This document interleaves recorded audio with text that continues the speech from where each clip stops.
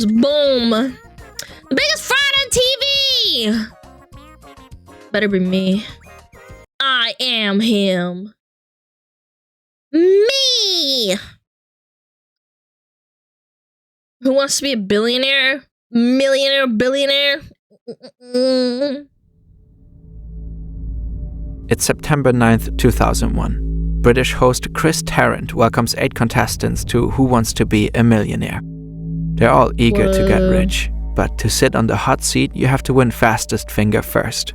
Put these words in the order they occur in the title of the Agatha Christie thriller. Oh, my mom loves Agatha Christie. Yeah. Nile, on, death, the. The correct answer is Death on the Nile. All these were correct. Most of them, nearly all of them. Who was fastest? Charles Ingram in 3.97. September 9th, 2001. Oh, shit! Why didn't they warn them about 9/11? This isn't happening in Britain. That's so fast. Great. Major Charles Ingram has been a contestant twice before. Now he finally gets his chance. Confidently, he takes his place. But this... So is this their 9/11? If it was a big deal in the UK? Confidence doesn't last long. Ingram is often unsure of his answers. After just 7 out of 15 questions, he merely has 1 of his 3 jokers left. But somehow he manages to answer correctly again and again.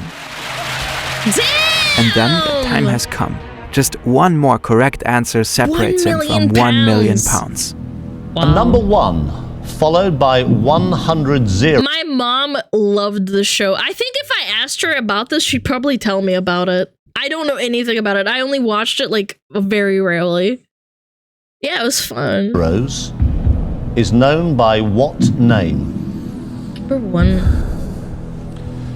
Google, Megatron, Gigabit, Nanomole. Wait, this is such an easy question. I don't think I've heard of a Google. But seconds later, even though he never heard of a Google, he completely changes his guess. I really do think it's a Google. The tension in the studio is almost unbearable. It's pre-Google? Yeah. Isn't Google from 2004? Yeah, they formed in 2004. A Megatron? Yeah, it's definitely. Well, now probably wouldn't be such a difficult question, but yeah, back in the day, I guess it would be, huh? 1 million! Only 2 people managed to achieve that before him. An incredible run against all odds. Maybe too incredible. In fact, Major Charles Ingram cheated. He is quite possibly the biggest fraud who has ever been on television. Did he, what is it called? Like, get a vibrator in his, like, ear or his butt that gave him the answers? Or he had, like, an earpiece? I He bet and you. his accomplices have been tried and convicted. Their heist has been publicized and fictionalized. Yet, to this day, they maintain their innocence. We didn't do it. We really didn't cheat. 20 years later, there are still a lot of open questions. And behind Ingram's case lurks an even weirder story. One of an underground organization that systematically exploited the show for years. How did they do it? What? He didn't do it. I did not do it, Sarah. I did not. While Ingram is celebrating his victory in front of the camera, there's turmoil behind the scenes. The showrunners are sussed out. A sound technician already called their CEO Paul Smith, while Ingram was still answering questions. Smith told him to keep the show going. Ingram receives a check with his winnings from Tarrant. But the check is retained by Celador, the company behind the show, for 8 days for processing. In the meantime, Smith and the technicians look back at their material. Ingram often seemed to have no clue, really. How did this guy, after being... Yeah, usually when you make deductions, you try and reason with it. The fact that he was like, I don't know about Google, but then he just goes with it anyway. What a dumbass. Being left with one joker. You could just at least fake, like, discerning maybe and then getting lucky, you know? Like, oh, it can't be Megatron because that's a dumb name, you know? Yeah, usually talk it out, exactly. £4,000 snatched $1 million. The probability of just guessing a 1 in 4 7 times in a row plus a 1 in 2 is 0.003%. No way, right? They look at his speech pattern when thinking about his answers. Craig David, I just can't. I've never heard of Craig David, to be honest. There's something interesting happening here. No matter the question, Ingram goes through all 4 possible answers, often chronologically, repeatedly. Emmental is a cheese from which country? I know! Switzerland! Emmentaler! It could be France. Switzerland! Then again, it could be Italy, so... or maybe... Oh, he had to feed the question into the, what is it called? Like someone was listening, so he had to say it out loud. Maybe it's the Netherlands. Right. Yes. That's sort of how the question works, Charles. No, I got That in itself might still be quite normal behavior. It seems fairly rational to go one by one if you're not sure. But then... Who was the second husband of Jacqueline Kennedy? Adnan Khashoggi. Ronald Reagan. Jacqueline Kennedy? Who was the second husband of Jacqueline Kennedy? Oh! Aristotle Onassis. I don't know. Rupert Murdoch. Okay, Rupert I'm not certain. Murdoch. I would have thought that it would be Aristotle Onassis. Why? Wait, someone coughed just now at the correct option. Aristotle Onassis. Aristotle. No way! They coughed and that's what it was? This was before Google and the internet. Yeah. Onassis was indeed married to Kennedy. Huh. And then it happens again. But the reason I think it's cricket is because And again. I think it was Holbein. The studio obviously has cameras and mics for the candidate and the show host, but it also has cameras and mics pointed at the audience for reaction shots. The technicians start looking at what's happening in the crowd while Ingram is reading out the options. Who is coughing? And always at the right time. Which American platform was founded in 2012 and is known for its creative and interactive online lessons? A. Biscuit. B. Bilingual. C. Bicycle. D. Brilliant.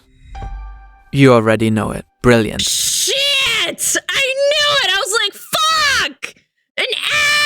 It's a great way to learn new skills Son across a of a variety of bitch. subjects like math, programming, and artificial intelligence. Man, that was You can choose smooth. between thousands of interactive lessons without ever feeling bored or overwhelmed. You can customize your content to fit your needs and work through the exercises at your own pace. was hoping For it was example, there's a Biscuit. course on statistical Damn. fundamentals. Me too. So if you'd like to know how likely it is to win $1 million on the show purely by guessing, or if all these coughs could be random, that might be a good starting point. If That was that's not pretty your good, cup I'm of not tea, gonna there's lie. a vast library of other stuff, and new lessons are added every month. To try everything Brilliant That has was to offer cute. free for a full Rat. 30 days. Visit brilliant.org/fern or click on the link in the description. You'll also get 20% off an annual premium subscription. Last night on Who Wants to Be a Millionaire? Who Wants to Be a Millionaire was I a forgot- sensation in the freaking UK love at the the show. time. Even though I The don't show watch it was very just often. 4 years old, and at its height about 19 million people tuned in. Do you want to know what other show my mom really loved? The Weakest Link. She loved that show, and it was that sassy British lady that hosted the show, and she was a bitch to all of them. Third of the entire She loved population. that. She People loved were that show. obsessed with it. I hated The That Weakest was Link. also I the know. case Some with people Charles hated Ingram and his wife Diana. Her brother Adrian Pollock had been on the show 4 times before, on the hot seat once, and won £32,000. A few months later, she Wow. managed to get on the hot seat and won £32,000 as well. So I remember talking to her in the bar afterwards, and I said, "Great, congratulations." She said, "Only 32." And I said to her, "It's a huge amount of money." She went, "Yes, but I should have." £32,000? Hold on. British pound calculator inflation. £32,000 is a lot of dosh, man. What is it, 2001? Yeah. So 32,000 £32,000 in 2001 would be what? £57,000. That's like 60 grand. That's a lot, man. Jesus. Yeah, that's a lot of money. Yeah, like that's 60,000 American dollars, I think, rounded up. Have done more. I should have beaten my brother and all this. Mind you, it is incredibly difficult to get a spot on this show. Thousands, if not millions of people try. The selection process is brutal, but this family managed to get in over and over again. They knew the system inside out and how to play it. Adrian even had a mock-up fastest finger first console at home. He and Diana wanted to publish a book with tips on how to get on the show. But as it turns out, they were not the only ones who knew the system. They worked with other families? Damn. And some were a lot better at exploiting it. Nah. Who Wants to Be a Millionaire is not broadcast live and has a set runtime. So when Charles finally gets his shot, filming stops for the day after the £4,000 question. And I remember us saying, God, that poor bloody Major, you know, he's got as much chance of getting the 32,000, you know, as going to the moon in a rocket. I mean, there was just no way this guy could possibly go much further. Ambitious Diana is frustrated with Charles. That would make sense, because Charles is a smart man. He holds university degrees in engineering and management and will later be accepted by Mensa. That evening, as the couple is on their way home on the M4, their frustrations likely intensify as they dwell on the opportunity for immense wealth slipping away right from under their grasp. They will not let that happen. Diana and Charles call Tequin Wittock. He's a Welsh college lecturer and fellow game show enthusiast. Adrian and Diana have been training Tequin and helping him to get on the show. He's supposed to be a candidate tomorrow, so he will be in the studio. Charles, Diana, and Tequin are on the phone for 5 minutes. They supposedly devise a very simple, yet effective plan. Charles reads out the answers. Whoever knows the answer coughs when it comes up. Have you got a strategy? Well, I have actually. Yeah, I have a strategy. Someone's gonna cough and tell me the answers. I have got a strategy. I was a bit defensive on the last show. You know, I sort of started talking myself out of answers that, frankly, I should have known and did know. So this time I'm going on the counterattack. This counterattack obviously works. Though he repeatedly says he has no idea or never heard of certain options, he goes on to 180 pivot seconds later. Craig David, I just can't. I don't think I've never heard of Craig David, to be honest. I've just never heard of Craig David, so. No, I'll go Craig David. Yeah. You just won £32,000. I don't think it's Paris.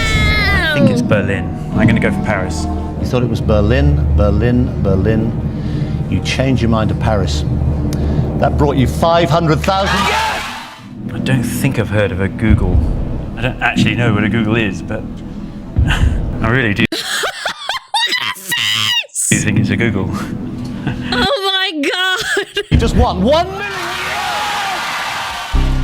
Back behind the scenes, a total of 192 coughs have been recorded by the microphones in the studio. A lot of them when a correct answer was mentioned. What, do they have COVID in there? Damn! Paul Smith is confident this can't be a coincidence and calls the police. Later, he makes another call.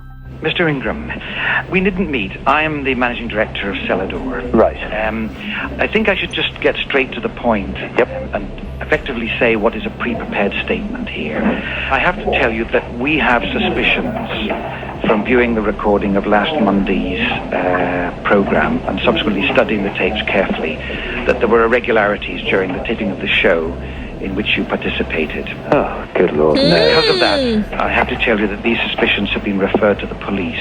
Right. And thus, we, not for the moment, will be airing the program or indeed authorizing payment of the check. Right. Yeah, well, I mean, you know, I completely refute that, obviously. Good Lord, I'm absolutely gobsmacked. All right, well, thanks for letting me know. Okay, thank you.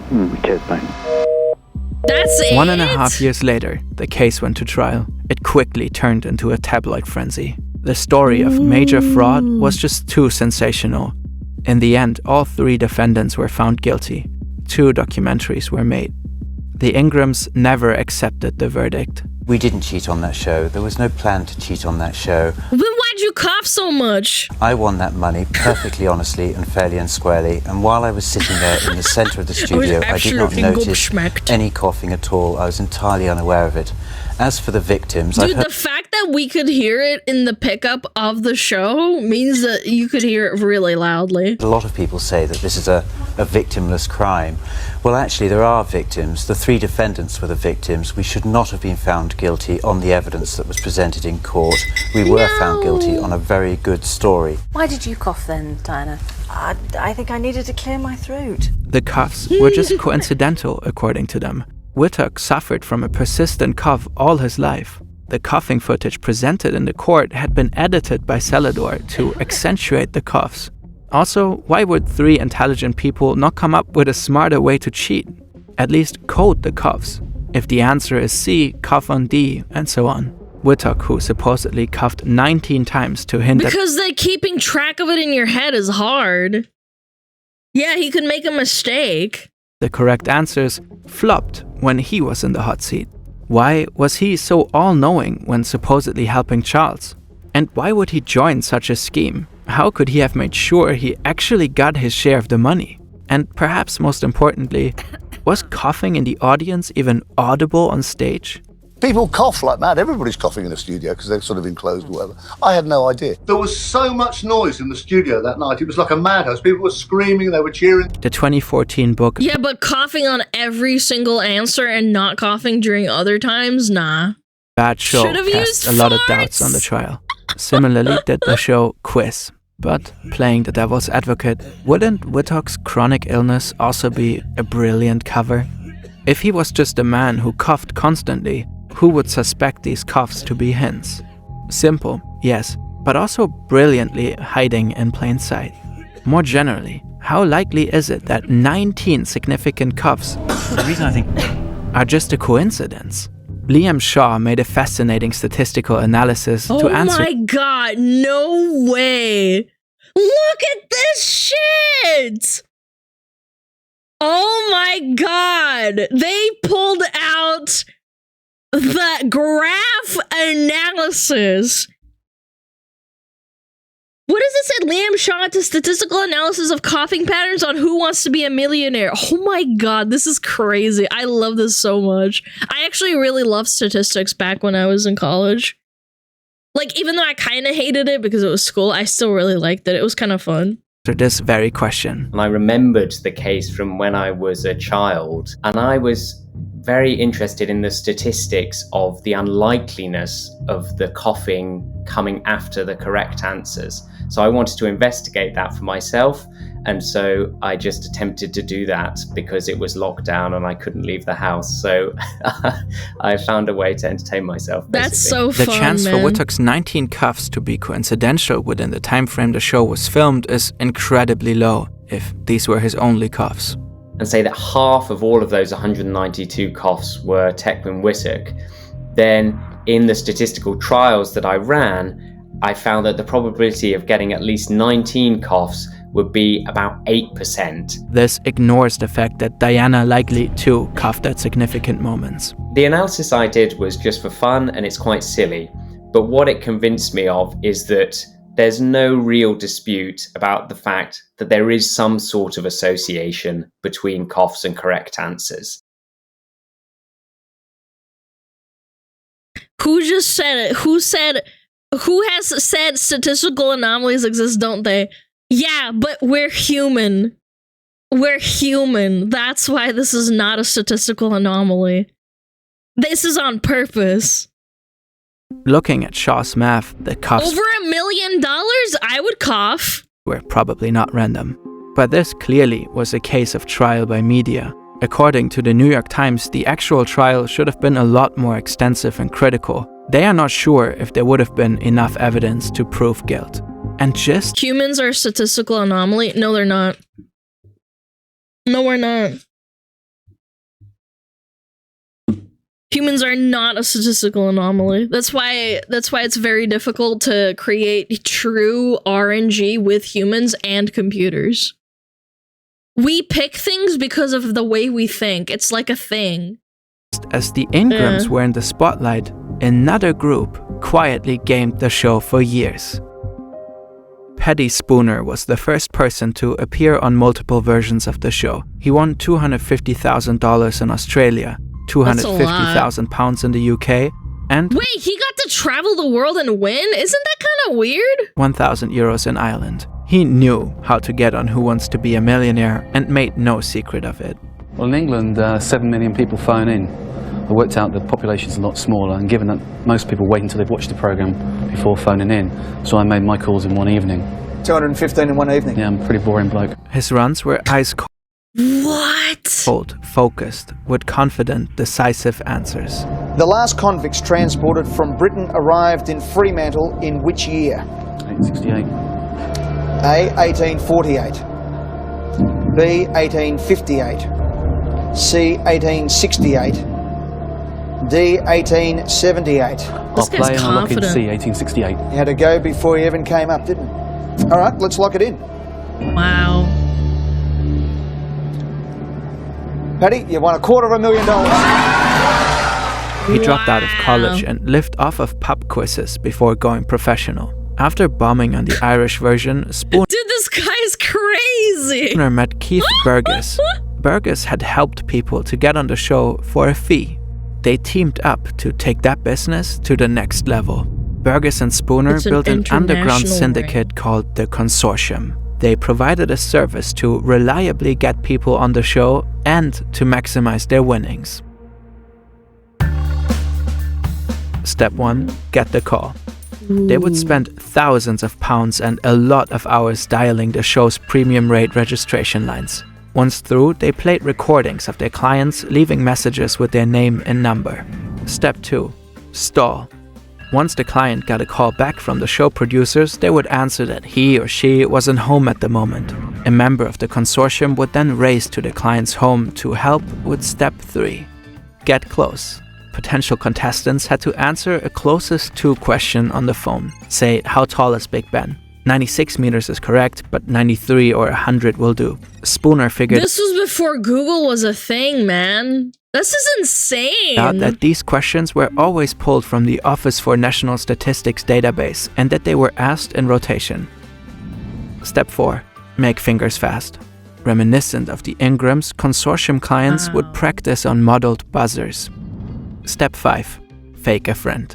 Okay, this is for sure the craziest part. Yeah. Once a client was on the hot seat and used the phone a friend joker, the consortium would reroute this call to a safe house. A neutral person called The Voice reroute to a safe house would pick up on a phone with a silent. And they would have 10 different people who could help him answer the question because there was no Google. You couldn't just Google an answer. And mute button. In the room, loads of facts laid out on the floor. Paddy, Keith, a guy named John, a pop culture expert, Poppy had a computer with Google open, and Crack the Bricky, whoever the f that was. The consortium secured 200 spots on the show from 2002 to 2007. 55 clients made it to the hot seat. They do have Google open, but Google was not nearly as popular as it was now, and it wasn't as like much of a fucking database. So you still had to have like books on hand, but Google did help you sometimes. Is also slow. Yeah, that's also a really good point. They probably had really shitty internet as well, yeah. Winning £4.2 million. That's 26% of all the money won on the show during that period. They only stopped because the producers didn't give people second chances anymore if they weren't home, so step 2 fell apart. 25% of the winnings went to Keith Burgess and Paddy Spooner. They published a book about their operation in 2021. None of what they did was illegal. It had no consequences for them. No. Spooner even met Paul Smith in 2020, explaining to him how they did it. Dude, this is crazy. Back in 2003, while the consortium collected cash, the lives of Charles, Diana, and Tagwin were destroyed. The Ingrams faced constant harassment and humiliation in public. Their cat was shot dead with an air gun. They had What? Nah, bro. Why would you do that? They cheated. The cat didn't do anything. No, I get you're pissed, but why are you fucking shooting the cat? That is heartless. I hope those people that shot the cat fucking get their hands chopped off. Had bags of vomit thrown at their home, windows broken. Their 3 daughters have been bullied at school. Charles resigned from the army. The family went bankrupt. Whittock resigned from his lecturer's job. And perhaps most absurd of all, he had to trademark his name to stop a company from naming cough medicine after him. Bro! I did not expect that, but that was kind of crazy. That was a good video. I really enjoyed that.